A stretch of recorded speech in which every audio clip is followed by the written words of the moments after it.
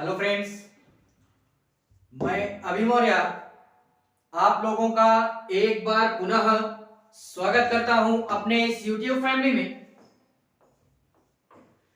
आज की क्लास में हम जो अध्ययन करने वाले हैं वो अध्ययन करेंगे यानी उसी एंशिएंट हिस्ट्री में जो हम बात कर रहे थे, यानी इससे पहले की जो हमारी क्लास चल रही थी गुप्त वंश की, उसी को आज हम पुनः कंटिन्यू करेंगे। ठीक है, तो इसके संदर्भ में यार 1 से 2 क्लासें हमारी हो चुकी हैं, तो उन क्लासों का लिंक आपको नीचे डिस्क्रिप्शन में मिल जाएगा। वहां से जाकर के आप सहजता पूर्वक पहले उन सारी क्लासों को अटेंड कर लीजिएगा एंड तत्पश्चात आकर के इस क्लास में विजिट करेंगे। ठीक है, बाकी आज जो हम बात करेंगे वो उसी गुप्त साम्राज्य में हम बात करेंगे यहाँ के कुछ कंडीशनों की। ठीक है, कैसी कंडीशन?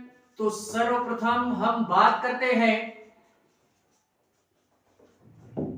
गुप्त साम्राज्य या वंश में जो आज हमने अध्ययन करना है वो कुछ महत्वपूर्ण तथ्यों पे बात करेंगे, जैसे कि यहाँ की प्रशासनिक व्यवस्था कैसे थी, यहाँ की राजनीतिक कंडीशन कैसे थी, यहाँ की सामाजिक कंडीशन कैसी थी, एंड इसी के पश्चात में यहाँ का जो भी सारा सिस्टम है कला से संबंधित या यहाँ के धर्म से संबंधित, उन सारे बिंदुओं को आज हम टच करने का प्रयास करेंगे इस क्लास में। ठीक है, तो देखते हैं, अगर हो जाता है तो बेटर है, नहीं होता तो एक नई क्लास पुनः अटेंड करेंगे और उसमें सारी चीजों को कंप्लीट करेंगे। फाइनली क्लास को स्टार्ट करते हैं और हम लोग यहाँ पे जो अध्ययन करने वाले हैं वो सर्वप्रथम अध्ययन करेंगे गुप्त काल की प्रशासनिक व्यवस्था के संदर्भ में, यानी गुप्तकालीन प्रशासनिक व्यवस्था। प्रशासनिक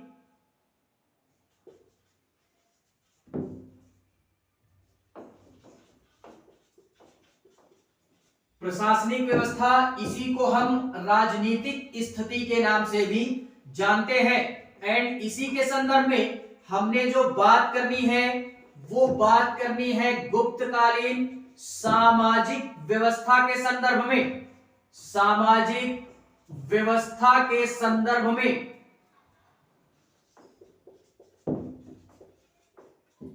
एंड इसी के पश्चात में हम लोग जो और अध्ययन करना है वो करेंगे गुप्तकालीन आर्थिक क्षेत्र की बात करेंगे, यानी आर्थिक व्यवस्था के संदर्भ में हम लोग अध्ययन करेंगे। एंड इसी के पश्चात में गुप्तकालीन आर्थिक के बाद कला क्षेत्र की, यानी कला के संदर्भ में। एंड इसी के पश्चात जो लास्ट अध्ययन करना है हमने वो अध्ययन करना है गुप्तकालीन धार्मिक व्यवस्था का अध्ययन, धार्मिक व्यवस्था के संदर्भ में।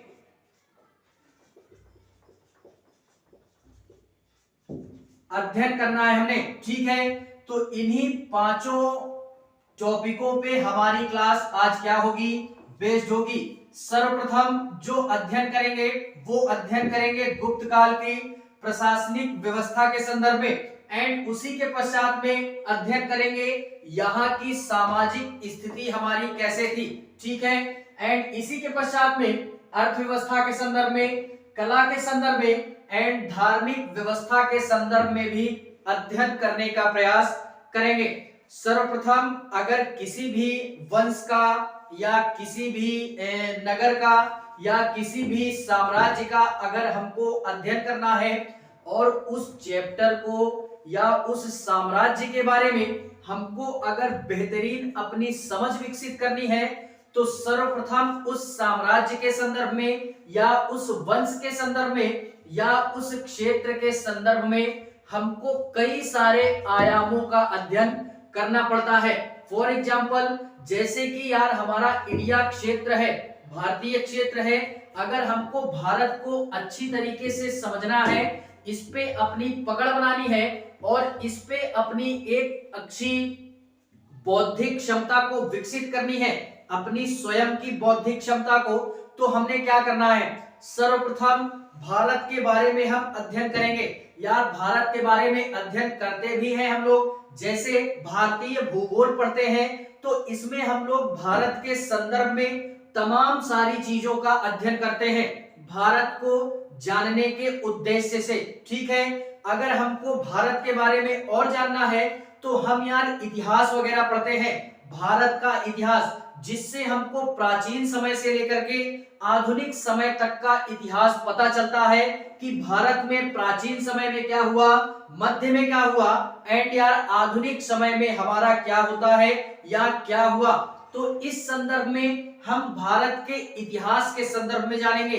अगर वहीं पे बात करें, भारत को हमें और जानना है तो हमने आर्थिक क्षेत्र के बारे में, अगर भारत के बारे में जानना है कि भारत की अर्थव्यवस्था कैसी है, चाहे वो प्रेजेंट की हो या प्राचीन की हो, तो हमने क्या करना है यार, करंट से रिलेटेड जितने भी मुद्दे हैं, करंट से रिलेटेड इकोनॉमी के जितने भी मुद्दे हैं, वित्त मंत्रालय की जितनी रिपोर्टें हैं हमारी, चाहे वो केंद्र सरकार द्वारा हो या राज्य सरकार द्वारा हो, तो उन सब का अगर हमने अध्ययन कर लिया तो हम बड़े ही बेहतरीन तरीके से अपनी एक बौद्धिक क्षमता विकसित कर पाएंगे भारत के संदर्भ में या भारत को जानने के संदर्भ में। अगर और बात करें भारत को जानने के लिए, तो यार अगर हमको और भी चीजों का अध्ययन करना है, समाज से रिलेटेड अध्ययन करना है, तो भी यार वो आजकल न्यूज़पेपर वगैरह से कवर हो जाता है। ठीक है, तो इस संदर्भ में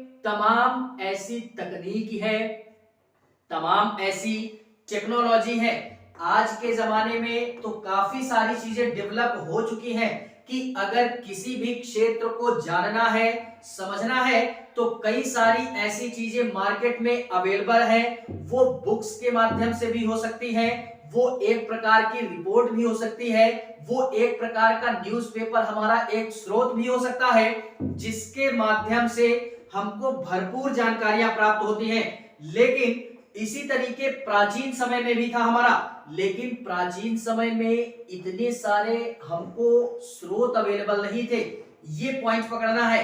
प्राचीन समय में यार इतने स्रोत नहीं होते थे कि हम किसी भी क्षेत्र के बारे में या किसी भी राजा के संदर्भ में जानकारियां एकत्रित कर पाए, जिससे हमको ये पता चल सके कि कौन सा राजा कब आता है, कौन सा शासक कब आता है, या कौन सी घटनाएं हमारी कब घटित हुई। तो हमको कुछ बहुत अवशेष प्राप्त होते हैं खुदाई के माध्यम से। जैसे पुरातत्वविद लोग क्या करते हैं, खुदाई वगैरह करते हैं किसी भी प्राचीन स्थल का, वहां से अगर कुछ अवशेष उनको प्राप्त होता है तो उसी अवशेष के बेस पे इतिहासकार पूरा का पूरा इतिहास लिखने में सक्षम होते हैं।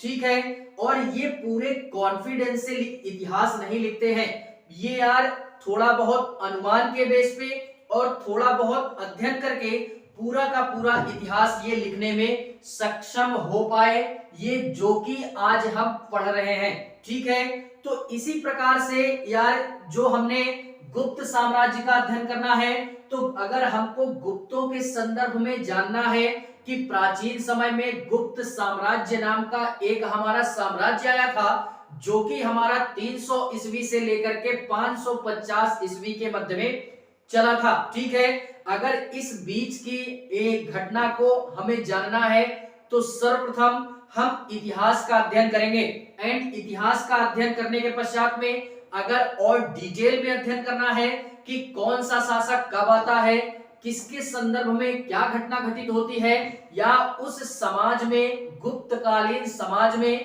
क्या होता था क्या नहीं होता था, तो उन्हीं सारी चीजों का अध्ययन करने के लिए या उन्हीं पे अपनी बौद्धिक क्षमता को विकसित करने के लिए हमको अगर जानना होगा तो सर्वप्रथम जानेंगे कि वहां की राजनीतिक स्थिति कैसी थी, यानी प्रशासन कैसे चलता था, आज का प्रशासन वर्तमान में जैसे हमारा प्रशासन है वो कैसे चलता है, और इसके संदर्भ में वहां की जो सामाजिक स्थिति थी वो कैसी थी, और वहां का जो भी सारा सिस्टम था, अर्थव्यवस्था थी, अर्थव्यवस्था से रिलेटेड वहां पे क्या होता था, कृषि होता था, व्यापार होता था, या किसी भी प्रकार के उद्योग होते थे या नहीं होते थे। तो इन्हीं सारी चीजों पे पूरा का पूरा चैप्टर हमारा बेस्ड होगा, ठीक है। एंड यार अगर हम बात करें तो किसी भी वंश का हमने अध्ययन करना है तो ये पॉइंट आप नोट करोगे कि अगर किसी भी साम्राज्य का या किसी भी वंश का हमको अध्ययन करना है तो सीधी सी बात है, हमको केवल इन्हीं पांचों के संदर्भ में अध्ययन करना है प्राचीन समय में, चाहे जो भी चैप्टर हो हमारा, ठीक है। फिलहाल में राजतंत्रात्मक शासन जहां पे मिलेगा वहां पे यही कंडीशन बनेगी, चाहे जो भी वंश हो, चाहे जो भी काल हो, ठीक है।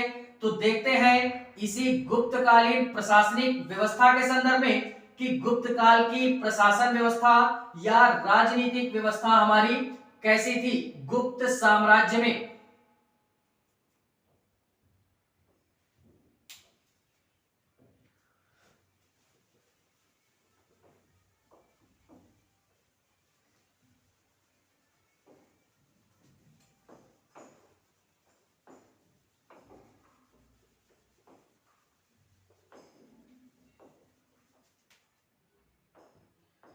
देखते हैं इसी में पहला जो अध्ययन करेंगे वो अध्ययन करेंगे गुप्तकालीन प्रशासनिक व्यवस्था,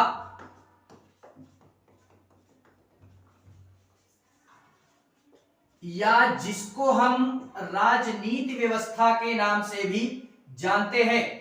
सर्वप्रथम अगर मैं इसमें बात करूं तो पहले थोड़ा सा हम ये समझते हैं कि जैसे इससे पहले हम लोगों ने अध्ययन किया मौर्य साम्राज्य का, यानी इतना विशाल साम्राज्य जो कि गुप्तकालीन साम्राज्य था। इससे पहले अगर कोई साम्राज्य विकसित होता है इंडिया में तो वो था हमारा मौर्य साम्राज्य, ठीक है।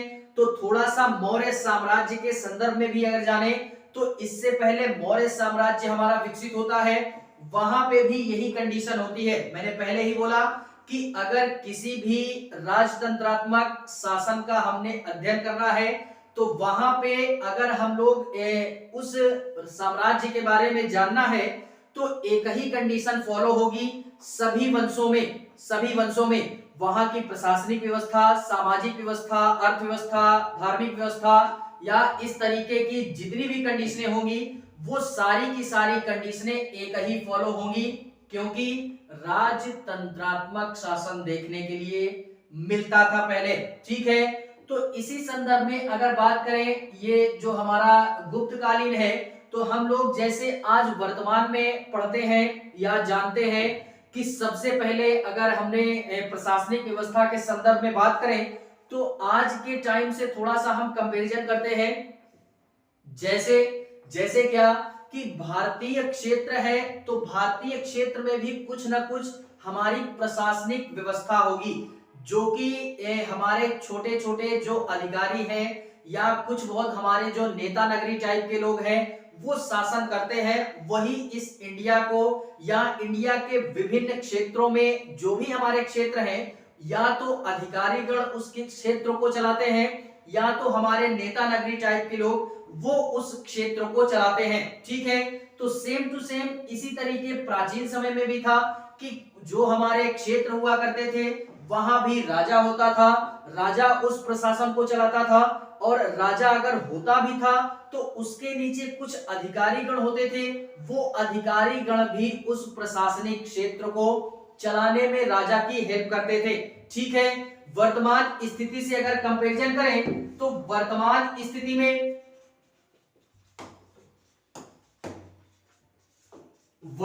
स्थिति से बात करें तो आज जैसे सबसे बड़ा हमारा क्या होता है देश के बाद हम अगर इसको डिवाइड करते हैं तो राज्य आता है, एंड राज्य के पश्चात में यार क्या आता है, जिला आता है। राज्य के पश्चात में जिला आता है या राज्य के पश्चात में एक जिला आता है, जिला के पश्चात में ब्लॉक आता है, ब्लॉक को हम लोग प्रखंड के नाम से भी जानते हैं प्रखंड स्तर पे, एंड इसी के पश्चात में हमारा जो सबसे छोटा स्तर होता है प्रशासनिक व्यवस्था का ये हमारा ग्राम होता है, यानी गांव होता है। ठीक है, तो इस तरीके की व्यवस्था प्रेजेंट में है। और अगर इसी को हम गुप्त साम्राज्य से कंपैरिजन करें कि गुप्त साम्राज्य में कैसा था, तो गुप्त साम्राज्य में अगर हम लोग बात करें, गुप्त साम्राज्य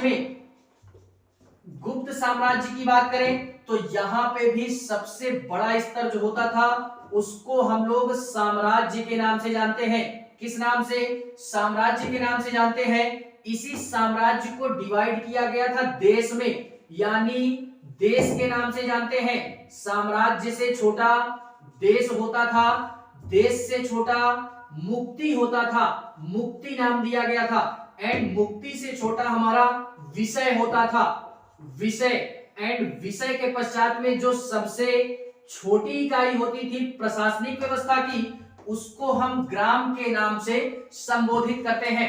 ये जस्ट इसी प्रकार होता था कि देश हो गया, राज्य हो गया, जिला हो गया, प्रखंड स्तर हो गया, एंड इसी के पश्चात में ग्राम हो गया। ठीक है, तो सेम उसी प्रकार से गुप्त काल में भी डिवाइड किया गया था कि सबसे बड़ा साम्राज्य होगा, साम्राज्य से छोटा देश होगा, देश से छोटा मुक्ति होगा, एंड मुक्ति के पश्चात में विषय होगा, एंड विषय के पश्चात में ग्राम होगा। ठीक है, और इस साम्राज्य में जो सबसे प्रमुख होता था, जो पूरे के पूरे साम्राज्य को हैंडल करता था, वो स्वयं राजा होता था, स्वयं राजा होता था। एंड उसी के पश्चात में ये जो देश है, देश होता था। इस देश को अगर हम बात करें तो इस देश को जो पूरे के पूरे देश को चलाता था, यानी साम्राज्य राजा चलाता था, एंड इसके नीचे हिस्से पर हमारा देश होता था। तो इस देश वाले क्षेत्र को जो भी चलाता था उसे हम लोग गोपना के नाम से जानते हैं। यह एक प्रकार का अधिकारी होता है, गोपना। ठीक है, एंड इसी के पश्चात में मुक्ति आता है। तो मुक्ति को जो चलाने में हेल्प करता था, या यहाँ का जो सबसे बड़ा हेड होता था, उसको हम लोग उपरीक के नाम से जानते हैं, उपरीक के नाम से जानते हैं। ये नाम याद रखने, सारे के सारे अधिकारी थे हमारे। एंड इसी के पश्चात में ये छोटा स्तर आता है, मुक्ति से छोटा विषय आता है। इस विषय के अधिकारी को हम लोग क्या बोलते हैं? विषयपति के नाम से जानते हैं, विषयपति के नाम से जानते हैं। एंड यार सबसे छोटा स्तर प्रशासन को हैंडल करने का जो आता है वो आता है ग्राम स्तर। तो ग्राम स्तर पर सारे लोग परिचित हैं कि ग्राम स्तर पर ग्राम प्रधान होता है या मुखिया होता है। लेकिन प्राचीन स्तर पे बात करें तो प्राचीन स्तर पे ग्राम को हैंडल करने के लिए हमारा वही ग्रामपति के नाम से जानते हैं। किस नाम से?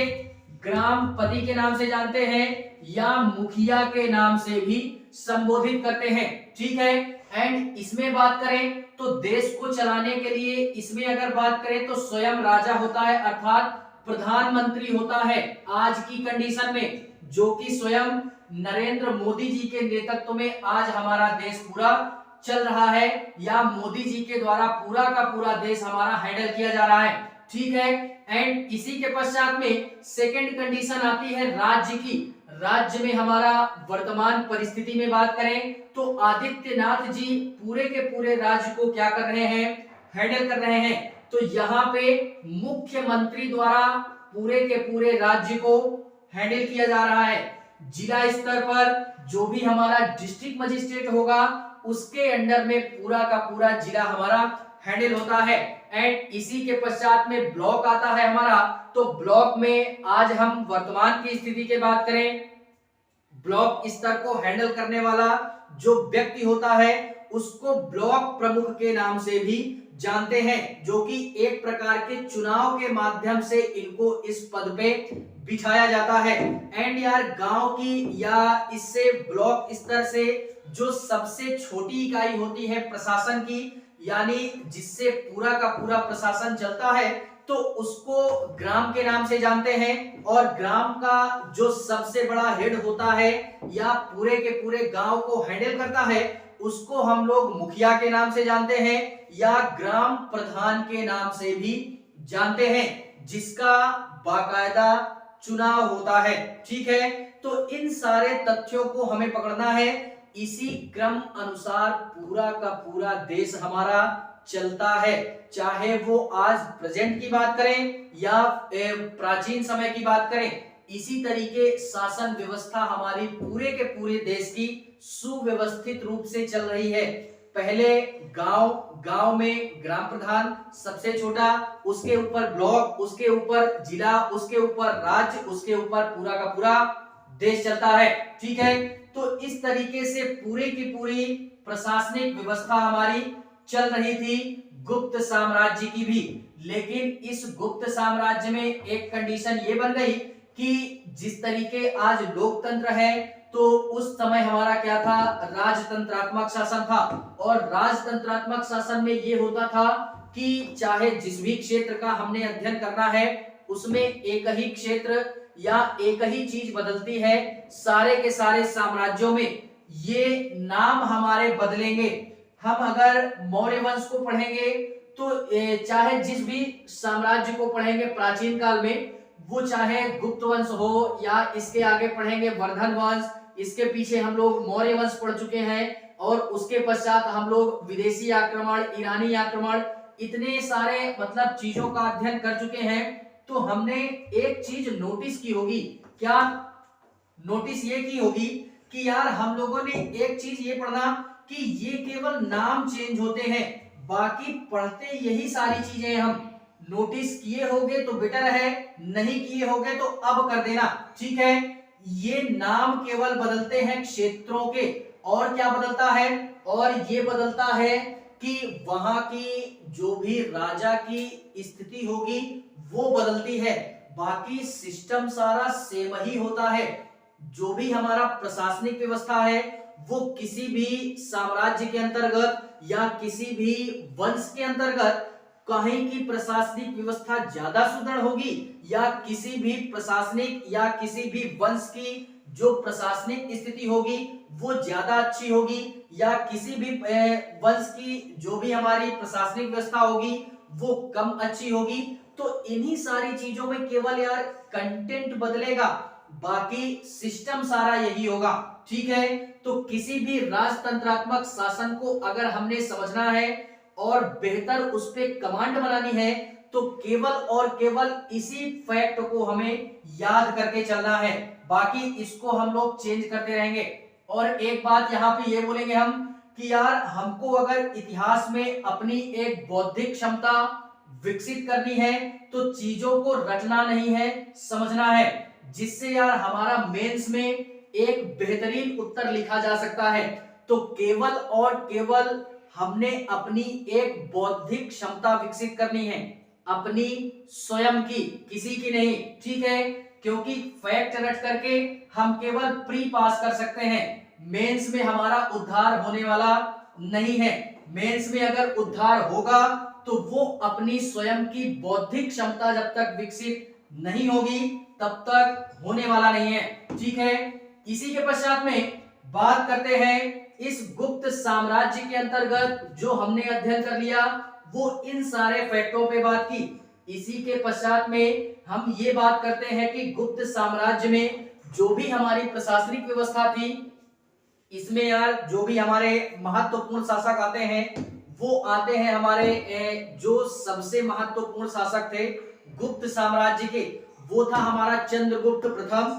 एंड इसी के पश्चात में आता है समुद्रगुप्त, समुद्रगुप्त के पश्चात में आता है चंद्रगुप्त द्वितीय। ठीक है, ये तीन ऐसे शासक थे गुप्त वंश के जिन्होंने पूरे के पूरे साम्राज्य में अपनी प्रशासनिक व्यवस्था को इतने बेहतरीन ढंग से चलाया कि यार इनके शासन काल में प्रशासन का कोई जवाब नहीं था। बाकी जैसे ही इनके बाद के जो वंशज आते हैं, यानी स्कंदगुप्त के समय में आते आते कुमारगुप्त के बाद हमारा शासक बनता है स्कंदगुप्त, इसके समय में आते आते क्या होता है कि हमारा जो साम्राज्य की प्रशासनिक व्यवस्था थी वो यार धीरे धीरे मतलब विखंडन टाइप में होने लगी थी, टूटने लगी थी। ऐसा क्यों? ऐसा इस कारणवश कि इस समय में हम लोगों ने इससे पहले अध्ययन किया था कि इससे पहले हमारे कुछ विदेशी आक्रमण होते हैं या ब्राह्मण वंश उभर करके आते हैं, तो हम लोगों ने अध्ययन किया था सातवाहन वंश की। ठीक है, सातवाहन वंश में जो उस समय के शासक थे वो यार भूमि दान देने की प्रथा प्रचलन किए थे। सर्वप्रथम भूमि दान देने की जो प्रथा थी वो सातवाहनों ने ही स्टार्ट की इंडिया के अंतर्गत। तो वही जो व्यवस्था है वो यही समुद्रगुप्त के समय में थोड़ा सा ज्यादा बढ़ने लगी थी। यानी गुप्त काल में जैसे ही ये समुद्रगुप्त नहीं सॉरी स्कंदगुप्त के समय में ज्यादा बढ़ने लगती है। ऐसा क्यों? ऐसा इस कारणवश क्योंकि भूमि दान देने की प्रथा शुरू हो गई। तो अब इस तरीके से जो भी राजा थे वो अपना काम करवाते थे ब्राह्मणों से या उनको शिक्षा ग्रहण करवाते थे। तो इस क्रम में वो भूमि दान दिया करते थे। यह प्रथा सर्वप्रथम सातवाहनों ने चलाई थी, जो कि गुप्त काल में आकर के यह जो परंपरा है ये बढ़ती है। और यार हर्षवर्धन के समय में आते आते ये जो हमारी व्यवस्था थी भूमि दान की ये अपनी चरम सीमा पे होती है। ठीक है, तो इसी प्रकार से यहाँ पे भी भूमि दान देने की जो भी हमारी व्यवस्था है वो बढ़ जाती है। तो इस कारणवश यहाँ पे जो हमारे राजा होते हैं उनसे उनका क्षेत्र थोड़ा सा एक तरीके से बोले तो अलग हो जाता है। अब अलग कैसे होता है? अलग इस कारणवश, मान लो कि मेरे पास पूरा का पूरा क्षेत्र है, पूरा का पूरा क्षेत्र है, अभी किसी का कोई क्षेत्र नहीं है। ठीक है, लेकिन जब से भूमि दान देने की व्यवस्था प्रचलन में आई तो क्या हुआ कि मैंने किसी ब्राह्मण से शिक्षा ग्रहण की स्वयं ने और मुझे उसको कुछ देना है। तो मैं उसको पैसा ना दे करके या उसको कुछ ना दे करके मैं मेरे अंडर में जितना भी सारा क्षेत्र है मैं कुछ क्षेत्र उसको दान में दे दूंगा भूमि के तौर पे। ठीक है, तो इस कारणवश यह जो परंपरा है ये यार विकसित हो चलती है और धीरे धीरे इसी तरह करके जो भी हमारा शासक होता है थोड़ी थोड़ी भूमि क्या करता है वो देने लगता है ब्राह्मणों को। तो इस तरीके से राजा का जो क्षेत्र होता था वो उस राजा के क्षेत्र से उसके जो क्षेत्र थे वो अलग हो जाते थे और वो जो क्षेत्र अलग हुए उनपे जो भी व्यक्ति दान प्राप्त करने वाला होता था वो वहां का स्वयं शासक बन जाता था। तो आप ही ना सोचो वो क्षेत्र मेन वाले क्षेत्र से अलग हो गया। तो इस तरीके का जो सिस्टम देखने के लिए मिलता है वो गुप्त साम्राज्य में हमारा स्कंदगुप्त के बाद जो भी शासक आते हैं यही सारा सिस्टम देखने के लिए मिल जाता है। और इस व्यवस्था को एक नाम दिया गया जिसको हम लोग सामंती व्यवस्था के नाम से जानते हैं, जिसका अध्ययन हम लोगों ने सातवाहनों के समय में भरपूर किया था। ठीक है, तो इस चीज को भी हमें याद रखना है। एंड इसी के संदर्भ में अगर बात करें तो गुप्त साम्राज्य का पूरा मैटर यही था, प्रशासनिक स्थिति यही थी। एंड इसी में थोड़ा सा अगर बात करें मौर्यों की तो एक प्रकार से बोल भी सकते हैं कि गुप्त साम्राज्य की जो प्रशासनिक व्यवस्था थी वो थोड़ा बहुत केंद्रीकृत दिखता है, ज्यादा केंद्रीयकृत नहीं दिखता। लेकिन मौर्य वंश की जो प्रशासनिक व्यवस्था थी,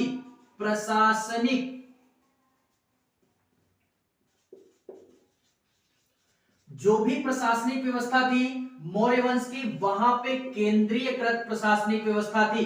केंद्रीयकृत यानी केवल और केवल राजा स्वयं ही उस प्रशासन को हैंडल करता था। लेकिन अगर गुप्त की बात करें यानी गुप्त साम्राज्य की या काल की बात करें तो यहाँ पे कुछ बहुत यानी थोड़ा सा केंद्रीयकृत दिखता है, थोड़ा सा केंद्रीयकृत दिखता है, उतना ज्यादा केंद्रीयकृत नहीं दिखता। यानी यहाँ पे राजा के द्वारा भी शासन चलाया जाता है और कुछ जो क्षेत्र अलग हो जाते हैं यानी सामंती व्यवस्था के अंतर्गत तो वहां पे भी शासन चल रहा होता है। तो इस प्रकार से हम यह बोल सकते हैं कि यहाँ पे थोड़ा बहुत केंद्रीय व्यवस्था भी होती है और थोड़ा सा सामंती व्यवस्था भी देखने के लिए मिल जाती है। ठीक है, तो ये थी हमारी पूरी की पूरी गुप्तकालीन प्रशासनिक व्यवस्था। ठीक है, तो एक नई आशा और उम्मीद के साथ में मैं यही आशा करूंगा यार कि समझ में आ गया होगा। बात करते हैं गुप्तकालीन समाज की व्यवस्था के संदर्भ में कि गुप्त काल का समाज कैसा था, किस प्रकार के लोग रहते थे या क्या क्या चीजें वहां पे होती थी समाज में, ये बात हम लोग अध्ययन करते हैं। ठीक है,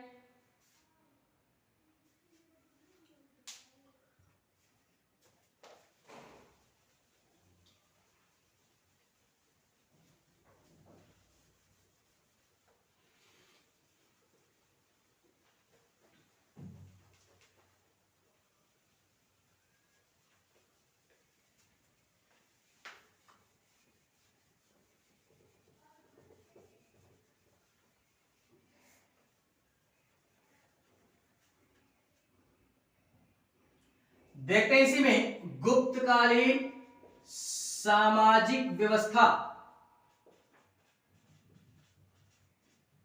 समाज की क्या कंडीशन थी इसको देखते हैं।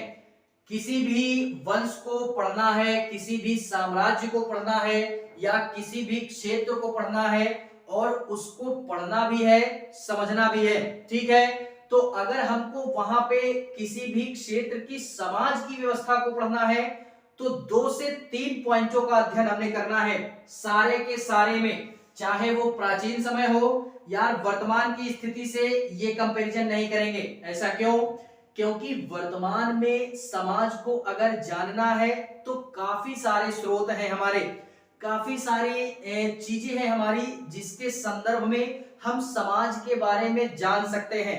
तो इस कारणवश वर्तमान से कंपैरिजन नहीं करते, लेकिन प्राचीन के संदर्भ में बात करें तो प्राचीन के संदर्भ में अगर बात करेंगे तो पुरातत्वविदों को उस हिसाब के अवशेष ही नहीं प्राप्त हुए खुदाई के कारणवश, जो भी खुदाई से अवशेष प्राप्त हुए उन्हीं को वो इतिहासकारों को ला करके उन्होंने दिया। इतिहासकारों ने बाकायदा उस पर जांच करके या उसका अध्ययन करके इतिहास लिखा और काल्पनिकता के तौर पे। ठीक है, लेकिन अगर हमने समाज का अध्ययन करना है तो यहाँ पे हम लोग बात करेंगे 2 से 3 बिंदुओं की। जैसे यहाँ के अगर इसमें बात करेंगे तो पहली बात करेंगे वर्ण व्यवस्था के संदर्भ में। वर्ण व्यवस्था के संदर्भ में यानी वहां पे वर्ण व्यवस्था कैसी थी, समाज में जो जातियां थी वो जातियां किन किन जातियों में बटी हुई थी या कौन कौन से जातियां गुप्त साम्राज्य में रहती थी।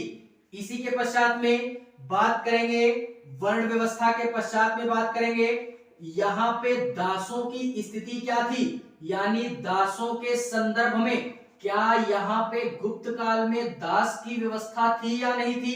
एंड इसी के पश्चात में जो अध्ययन करेंगे वो अध्ययन करेंगे महिलाओं के संदर्भ में या स्त्रियों के संदर्भ में।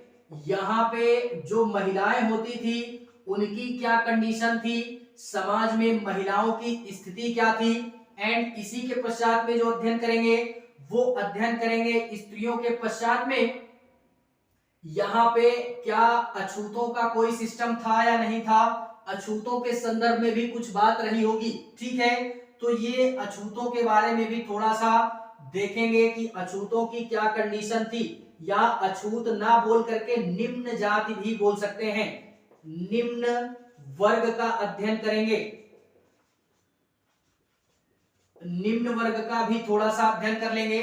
तो इसी तरीके से 3 से 4 पॉइंट हमको अगर समाज को या समाज में किसी भी क्षेत्र के समाज के बारे में बेहतर रूप से अपनी बौद्धिक क्षमता विकसित करनी है या उसको बेहतर ढंग से समझना है किसी भी क्षेत्र के सामाजिक व्यवस्था को, तो 3 से 4 चीजों पे अपनी कमांड हमको बनानी होगी। उस समाज में जातियां कैसी थी, जातियां थी भी तो कौन कौन सी जातियां थी। एंड इसी के पश्चात में अगर प्राचीन का अध्ययन करेंगे तो हम ये भी जानते हैं कि अगर प्राचीन में है तो कुछ ना कुछ दासों की कंडीशन रही होगी, दास व्यवस्था भी रही होगी, तो इसके संदर्भ में बात करेंगे। और प्राचीन समय में महिलाओं की क्या कंडीशन थी, महिलाओं को समाज में उस मतलब हीन भावना से देखा जाता था कि उनको बाकायदा सम्मानित किया जाता था, सम्मान से देखा जाता था। तो इस तरह की कंडीशन महिलाओं के संदर्भ में। एंड निम्न जो जातियां थी या जो भी हमारे छोटी छोटी जातियां थी जिनको हम लोग आज नीची जाति के नाम से भी बोलते हैं, उनके संदर्भ में भी बात करेंगे। क्या उनमें छुआछूत का मामला था, क्या मैटर नहीं था, उनको समाज में यानी प्रवेश की अनुमति थी या नहीं थी। तो इस तरह के बात हम लोग समाज के अंतर्गत पढ़ते हैं। ठीक है, तो सबसे पहले इस गुप्त साम्राज्य के अंतर्गत जो हमने अध्ययन करना है वो अध्ययन करते हैं वर्ण व्यवस्था के संदर्भ में। किसका अध्ययन करते हैं? वर्ण व्यवस्था के संदर्भ में अध्ययन करते हैं। इसमें यार बेसिकली हम लोगों ने शुरू से ही अध्ययन किया कि वर्ण हमारे 4 प्रकार के होते हैं। कौन कौन से? पहला ब्राह्मण, एंड दूसरा क्षत्रिय, तीसरा वैश्य, एंड जो लास्ट अध्ययन करना है वो शूद्र आता है।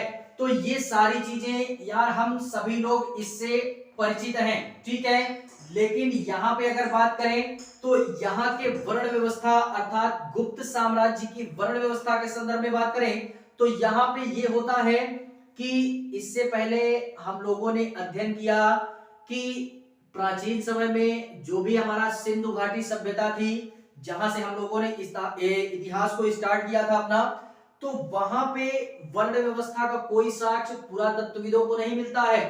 ये बात हमें याद रखनी है कि सिंधु घाटी सभ्यता एक ऐसी सभ्यता थी कि वहां पे किसी भी प्रकार की वर्ण व्यवस्था का साक्ष्य प्राप्त नहीं होता।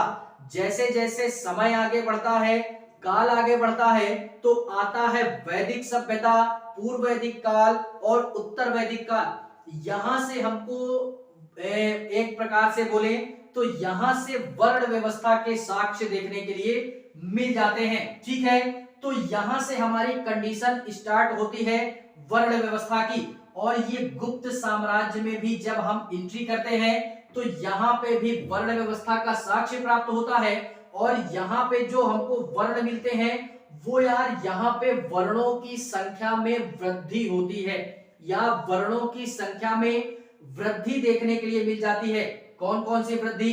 कि यार इससे पहले हम लोगों ने पढ़ा था कि कर्म के आधार पे, क्या बोला था? कि कर्म के आधार पे व्यक्ति की जाति डिसाइड की जाती थी। ये हम लोगों ने अध्ययन किया पूर्व वैदिक काल, उत्तर वैदिक काल और वैदिक काल के संदर्भ में, जब वहां की सामाजिक कंडीशन पढ़ी थी। ठीक है, लेकिन यहां पे अध्ययन करेंगे गुप्त साम्राज्य में तो यहाँ पे इतिहासकारों के द्वारा ये बोला गया कि जो गुप्त साम्राज्य था यहाँ पे कर्म के आधार पे ना होकर के जन्म के आधार पे उनकी जाति डिसाइड की जाती थी। और जन्म के आधार पे तो डिसाइड ही की जाती थी, उसके पश्चात में ये हमारे कुछ उन जातियों की उपजातियां भी पैदा हुई इस गुप्त साम्राज्य के अंतर्गत। और ये भी बोला इतिहासकारों ने, बोला क्या? बाकायदा गुप्त साम्राज्य या वंश नामक चैप्टर के माध्यम से ये वर्णन किया कि यहाँ पे वर्ण व्यवस्था के संदर्भ में 2 उपजातियों का निर्माण देखने के लिए मिल जाता है।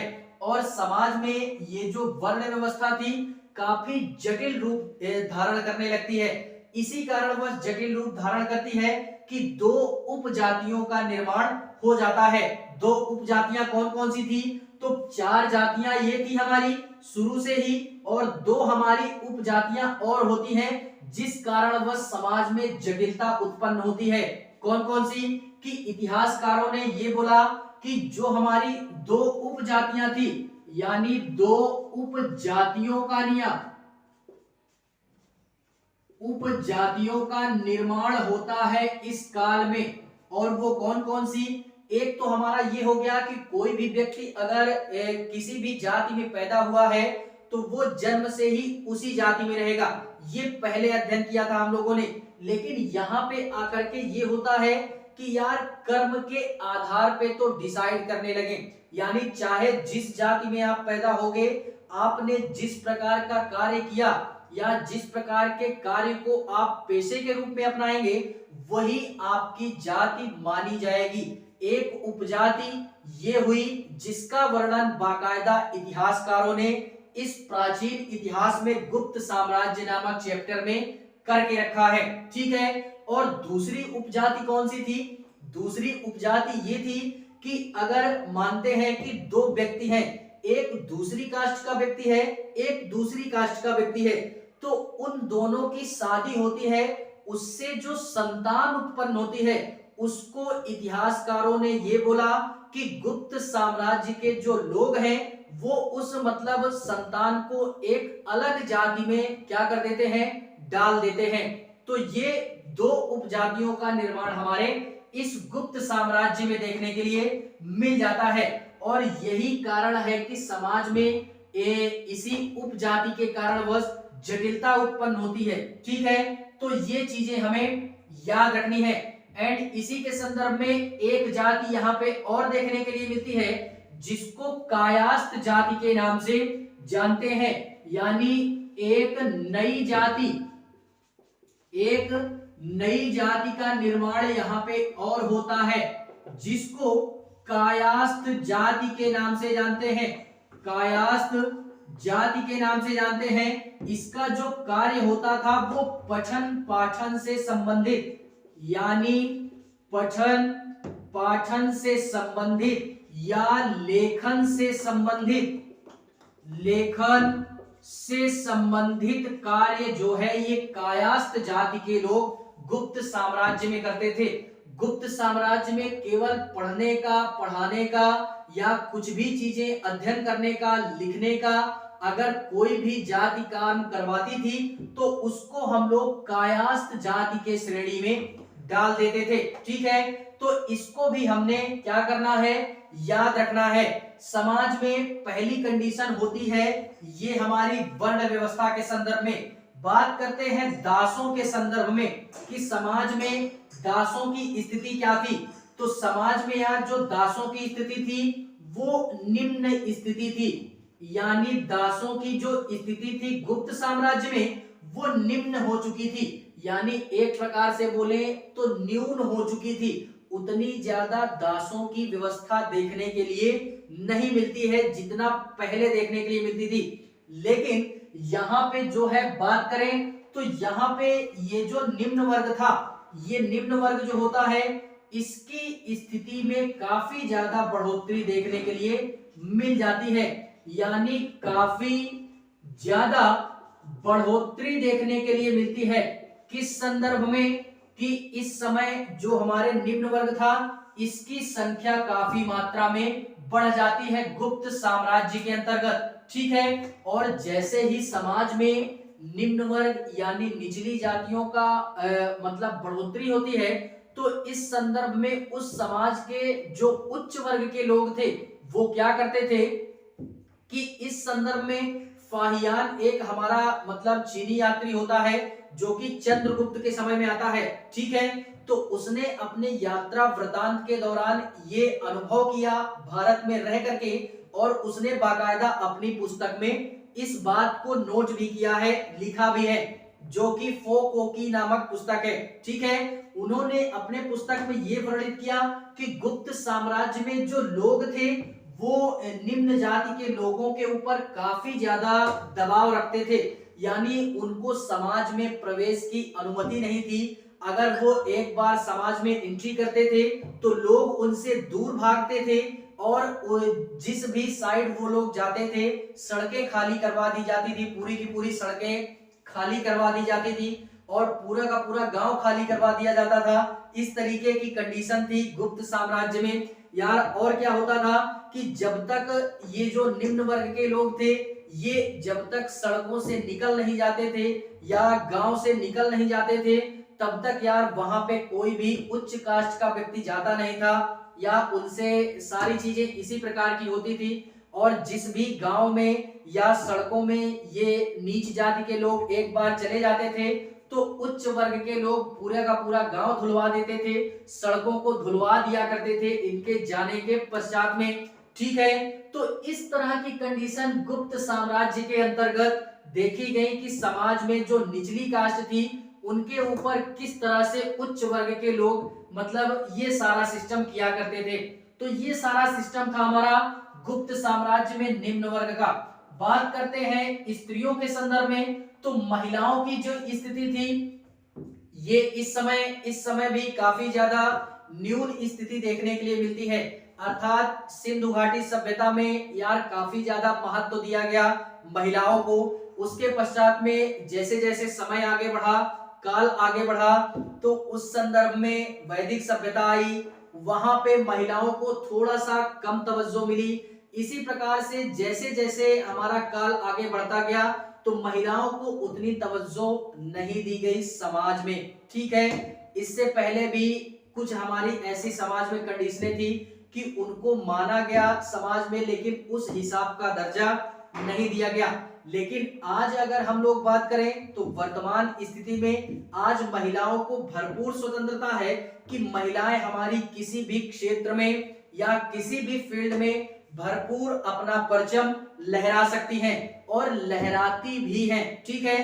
तो आज की काफी स्थिति बेहतर हो चुकी है, लेकिन प्राचीन समय में पुरुषों की अपेक्षा महिलाओं को उतना तवज्जो समाज में नहीं दी जाती थी, ठीक है। तो गुप्त साम्राज्य में भी ऐसा ही होता था और यहां से तो बाकायदा हमको एक साक्ष्य भी प्राप्त होता है महिलाओं के संदर्भ में कि हमको भानुगुप्त के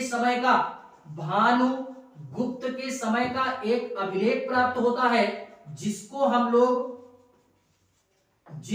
लोग एरण अभिलेख के नाम से जानते हैं। 510 ईस्वी में ये हमारा प्राप्त होता है और इसमें एक बात ये वर्णित मिलता है कि किसी महिला के सती होने का प्रमाण हमको यहाँ पे गुप्त साम्राज्य में देखने के लिए मिल जाता है। सती होने का क्या तात्पर्य है कि जो पुरुष समाज था हमारा, मतलब गुप्त साम्राज्य में जो पुरुष वर्ग था वो महिलाओं के ऊपर हावी हुआ करता था, यानी अपने नीचे रखता था। किसी भी प्रकार का कोई छूट उस तरीके नहीं थी। महिलाएं स्वतंत्र होकर के भी स्वतंत्र नहीं थी, वो पुरुषों के सामने झुकती थी। पुरुष वर्ग उन पे काफी ज्यादा दबाव डालता था, ठीक है, किसी भी कार्य को करने के लिए। तो ये हमारा एरण अभिलेख से पता चलता है कि उस समय महिलाओं की स्थिति हमारी क्या थी। ये साक्ष्य हमको एरण नामक अभिलेख जो कि भानुगुप्त के समय में देखने के लिए मिल जाता है, ठीक है। तो फाइनली यही थी हमारी गुप्त साम्राज्य की जो भी समाज की व्यवस्था थी। समाज की व्यवस्था में वर्ण व्यवस्था इस प्रकार की थी, दास की व्यवस्था उस प्रकार की थी। स्त्रियों के संदर्भ में हम लोगों ने जान ही लिया। एंड यार जो निम्न वर्ग था उनकी कंडीशनें क्या थी हम लोगों ने इसको भी जाना, ठीक है। ये सारी चीजें हुआ करती थी। एंड यार इसी में ज्यादा कुछ नहीं, बस इतना पर्याप्त है समाज के संदर्भ में, ठीक है। बाकी आज के लिए बस इतना ही। क्लास अगर अच्छी लगे तो लाइक करें, कमेंट करें और हाँ, चैनल को सब्सक्राइब जरूर करें, ठीक है। बाकी मिलते हैं इसी के नेक्स्ट पार्ट में, तब तक के लिए जय हिंद।